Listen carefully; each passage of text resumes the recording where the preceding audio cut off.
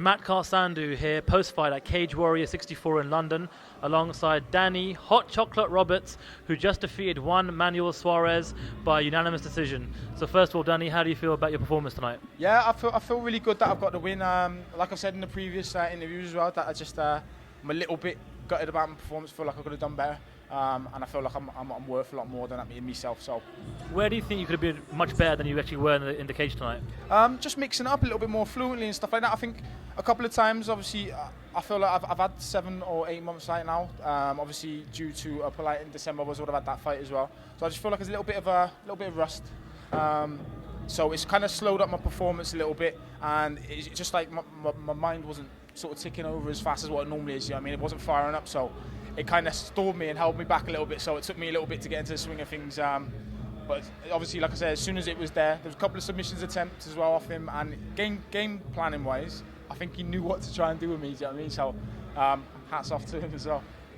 You talk about your cage rush, so to speak. Is this the longest layoff you've ever had in between fights? No, it isn't. I've only been doing MMA for 3.5 years now, so I've come a long way in such a short space of time.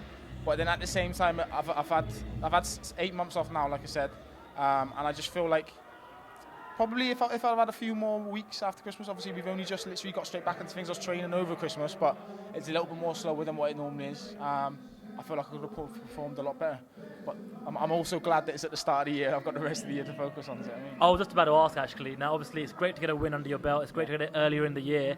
Obviously, this is like your 4th win in a row now, I believe. Yeah, it is. Yeah. 4th win in a row for Cage Warriors, exactly.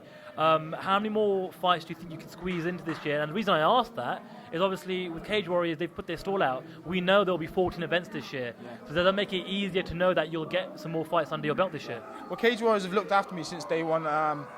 They've obviously, the hospitality you get from them, and they always look after you wherever you go around the country, shows and stuff like that, and I'm very, very grateful for the opportunity to be signed with them. Now, after tonight, I want to stay with them, and I appreciate everything they do for me. I've got a lot to learn, so I'd like to think I'll get another 4 fights in this year, re-sign with Cage Warriors, keep on working with them, and just develop as a fighter in the whole, and just become better. How far are you away from a title shot? That's for Cage Warriors to put across to me. Obviously, I'll take it at a snap. Obviously, you're talking Cage Warriors title. Do you know what I mean? It's one of them prestigious belts that everyone wants, and to be able to have that around your waist is a massive, massive thing. So, as soon as they think I'm ready, obviously I'm just going to train. I'll be there for it, and I'll grab it with both hands. Whoever's got it, I'll go there to obviously win it. It doesn't hurt the fact that you're winning on the main event. That doesn't hurt whatsoever, does it? No, not one bit. Obviously, like I said, it's the first fight I've gone a distance in, which for me, I would have liked it obviously to stop as well. The fact that Cage Warriors were being very grateful and what do you call it, giving out bonuses for stoppages for the main card. I was a little bit gutted about that, but like I said, a win's a win, and I just want to move on from here and progress. It's interesting that you talk about the incentive, the bonus scheme that they've recently announced. Yeah. Does that change the fighter's mentality? Yeah, definitely. Like, don't get me wrong, there was plenty of times in that cage where I was just thinking that I wanted to stop this because I'm looking for that bonus. You know what I mean? Obviously, it is a massive incentive to be able to push the fighters, give them a little bit more extra money to go in with. And Cage Warriors, all you can do is take your hats off to them because it is a massive thing that a lot of shows do not do.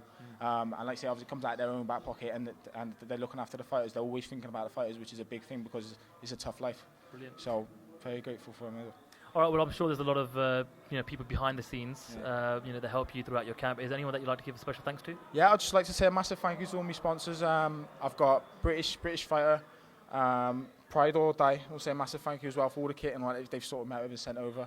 I've got Maze Clothing, everyone down at the gym, No Limits, Next Generation, Livewire Dynamic as well for sponsoring me and helping me out financially through each camp. And all the boys down at the gym for helping me train, my coaches putting the time and effort into me, Paul Rimmer, Danny Wivo, Dean Garnett, Carl Ryan, everyone at the gym. Massive thank you, all fans, supporters. I know my mum's watching now as well, rooting for me and all that, so I love you. And everyone, just massive thank you for supporting me. Brilliant. Well, congratulations once again, and we definitely look forward to watching you compete again for Cage Warriors soon. Nice one. Thank you very much. Cheers. Thanks a lot, mate.